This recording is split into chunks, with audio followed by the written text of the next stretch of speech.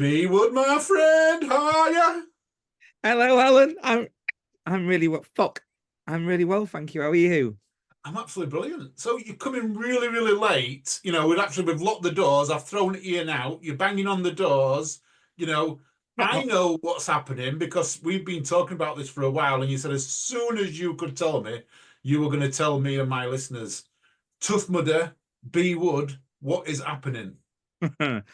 Well, I said to you like what I don't know, 6 months ago, 8 months ago, it was my dream to become an ambassador for Tough Mudder. It was my dream to become a technical official, be more involved. Those things have happened. I couldn't be more proud to be where I am, as well as the British obstacle sports and my new position there, and everything's flying. And that's kind of given me a voice to work with Tough Mudder, a bigger voice than I had. Yeah. And I said, look, we need to do something. I know you've got an adaptive athlete scheme in the making, but we need to do something a little bit more at Worlds. If you go to Worlds, thanks to Jesse, you get an adaptive athlete bib. So does your team. You get a silver bib at 25 miles, saying adaptive athlete, rather than silver at 75 because it's achievable in a wheelchair and achievable for adaptive members. Um, and then you get all the same swag and everything else. So because there's adaptions at Worlds, where's the adaptions for Infinity and ETM or regional toughest events as a whole in America, in England, in Europe, wherever it is? Yeah. Because at the minute there isn't any. And I worked with HQ and Shell helped me out. Said, well, what's your idea? I said, well, my idea is to have an adaptive bib for Infinity and for ETM on the basis not only that adaptive fleet can be identified from get on an obstacle, we may need to do that obstacle differently, and the Mhm. team might need to for support, but also from a technical officials perspective, because we need technical officials to number one, see who is on the team. So, people can be naughty on endurance events. We all know that. Most aren't, but some can be. We love people helping us. But what we don't love is if we've got a valid obstacle skip, for example, twinkle toes, it's impossible for me to do. Mhm. So we can skip that obstacle. We don't want someone tagging onto the team and skipping it as well when they have to do it. So that's like one side of identifying adaptive athletes. But the second thing is some adaptive athletes are more obvious than others. And we don't want those less visible adaptive athletes being stopped and questioned by TOs, particularly when they're looking at a podium or they're looking at a top of an age group. We don't want them, because as a technical official, I don't want to be pulling someone saying, whoa, you're not meant to touch that bit of that rig. Whoa, you're not meant to do it that way. That should be a penalty. Actually, I'm adaptive and I can do it that way because I have adaptions. And, having that conversation and working it all out isn't fair on their time. And it's also not fair on the TO if we're trying to watch other people when it can be easily identified. They said, look, we can't produce bibs this year because we have production scales and everything else. But what we're going to do is we're going to bring out a new headband. And it's beautiful. It's bright yellow, just like the old 4 to 6. And it's got the Tough Mudder logo and it says adaptive athlete on it. They're only for endurance events. So Infinity and Europe's, everyone on my team or every adaptive athlete can apply, and we get a headband to wear, and it shows all the TOs and all the volunteers that we are adaptive. But it's a So this, beautiful. this is an headband to wear while you're actually running them, because yeah, just want to just clarify this because other people's going to be asking the question here. Yeah. Is it an headband when I finish? No, this is a headband. This is your headband to keep. So if you apply for it, this is your headband to keep, and whenever you're running any Tough Mudder, you're allowed to wear it. Yeah, I mean, there's nothing stopping me. They are only given out for endurance events because a Okay. regular Tough Mudder, you can skip any obstacle you want anyway, able-bodied or adaptive. Um, but there's nothing saying I can't wear it for every Tough Mudder I do. Mhm. If I want to, but there's no need. But every time I do an endurance event or any other adaptive person does, if they apply under the scheme, they are issued, them and their team are issued this headband. We get it with our bibs at registration. we put said headbands on, and so throughout the whole course, all of the TOs and volunteers can see exactly who's on my team. And that's really important from a TO perspective and a penalty perspective, particularly when I'm getting adaptive penalties, you know? Yeah. Free obstacle skips and additional bans, because let's face it, Mudderhorn takes us half an hour to do for obvious reasons. It's not fair making us do it twice on an 8-hour race, because that's an hour on one obstacle, plus pulling a chair around is too much. So we might skip it once and do it once, so we're only spending half an hour on one, but do a penalty instead. That's just a reasonable adaptation for a adaptive athlete taking on effectively an able-bodied race. So it's really important that we have that identification, and that's really special that TM have got on with it so fast, because it only took a matter of weeks between the discussions I was having with them to them producing them. And I can't thank TM enough for how fast they've moved on it. Also, we've got a bit of a work in progress on this. I said, look, you know, if you hit a certain amount of miles at Infinity or ETM, you get a little metal headband clip with your mileage on. Yeah. But us in wheelchairs are never going to achieve it, because we're going to be lucky to do the minimum distance. Can we have one? They've done a compromise for now, because they've got a minimum quantity they have to order. And at the minute, they've got one wheelchair user looking at endurance events. I mean, no one's done ETM in a wheelchair yet. As long as the course is suitable next year, they're going to have a wheelchair around because I'm doing it. So they're going to have something to make up for that. So they've done us patches.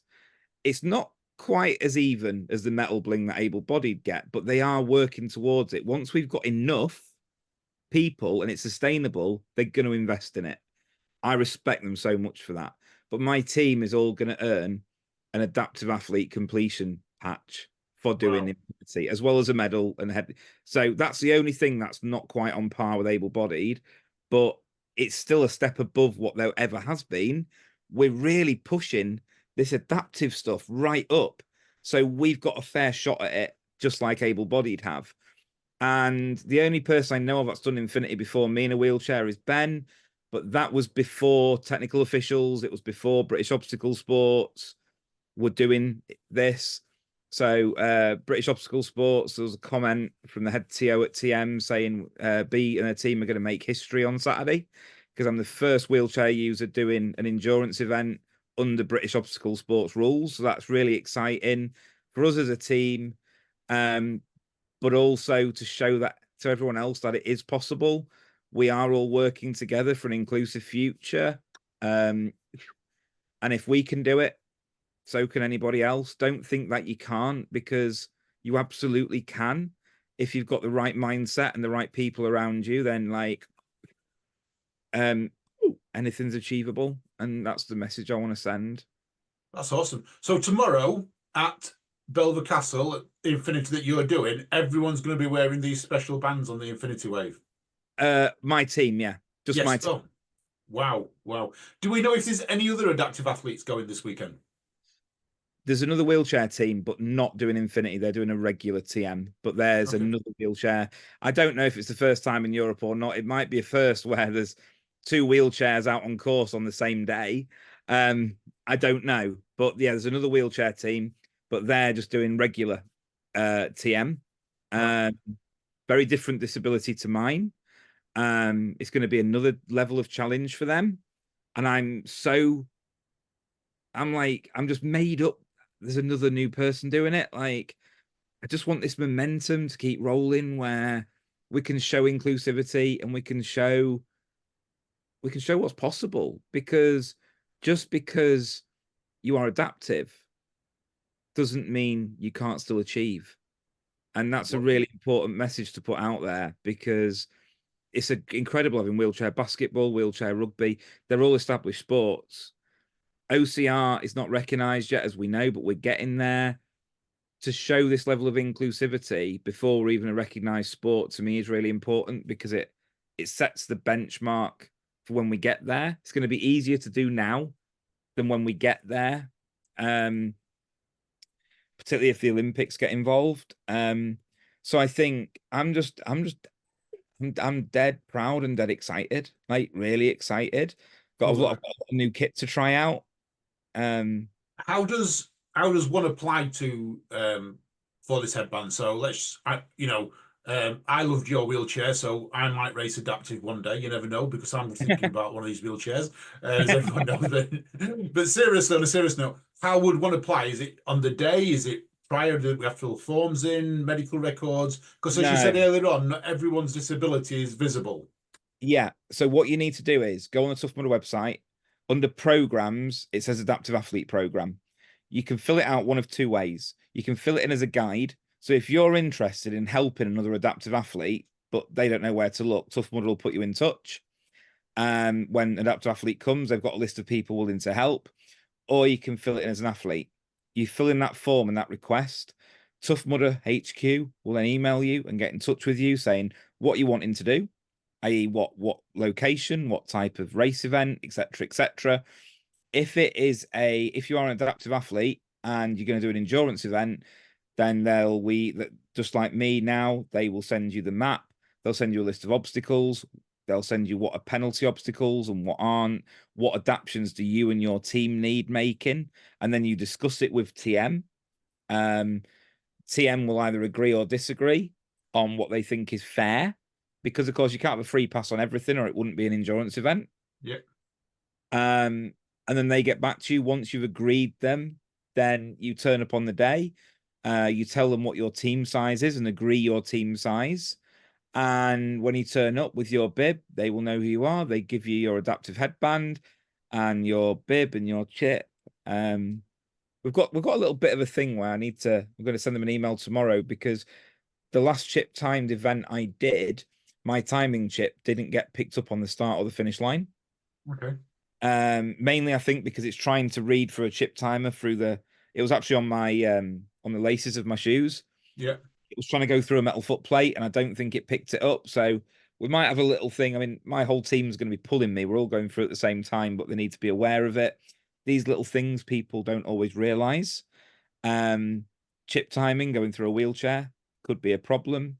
Um, TOs need to be briefed and aware of what teams they've got on and what adaptions they've got. So really, you need to be doing it a few weeks ahead of doing an endurance event. It's not a turn up on the day and hope thing, because all the rules have to be agreed for your abilities beforehand. Yeah, I get that. I get that.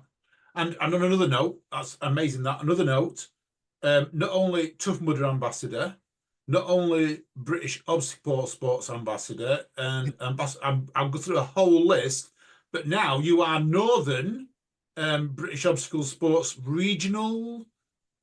Yes, there's some title there. There's some was it It's regional the officer, regional? I'm the British Obstacle Sports Regional Representative for OCR for the North of England.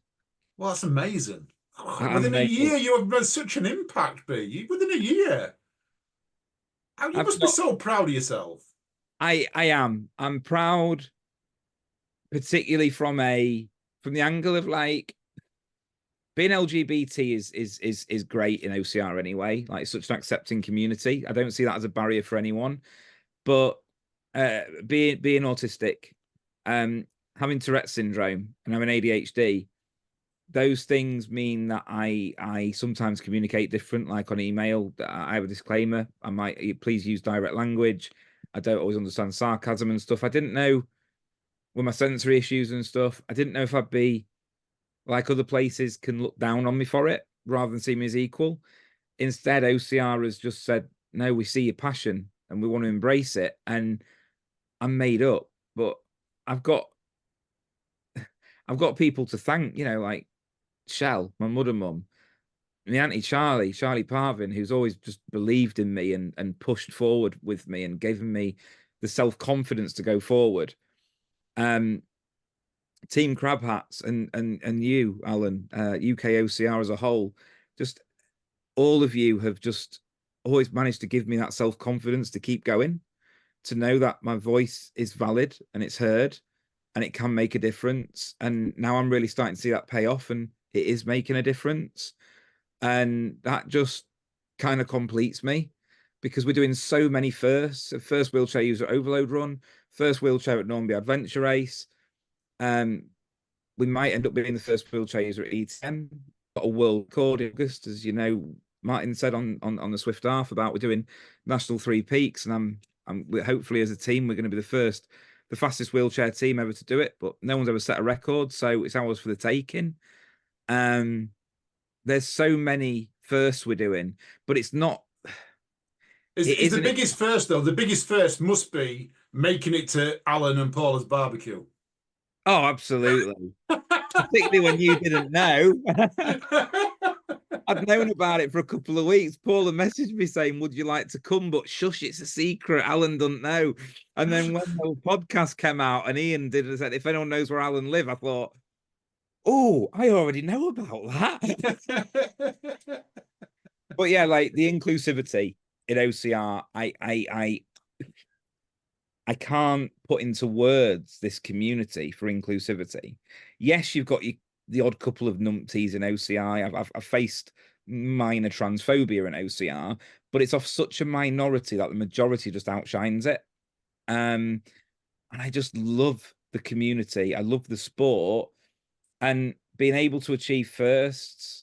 It's not about having my name to it. It's just about, if it's a first, then no one's done it. If no one's done it, then someone has to do it first to show it's possible.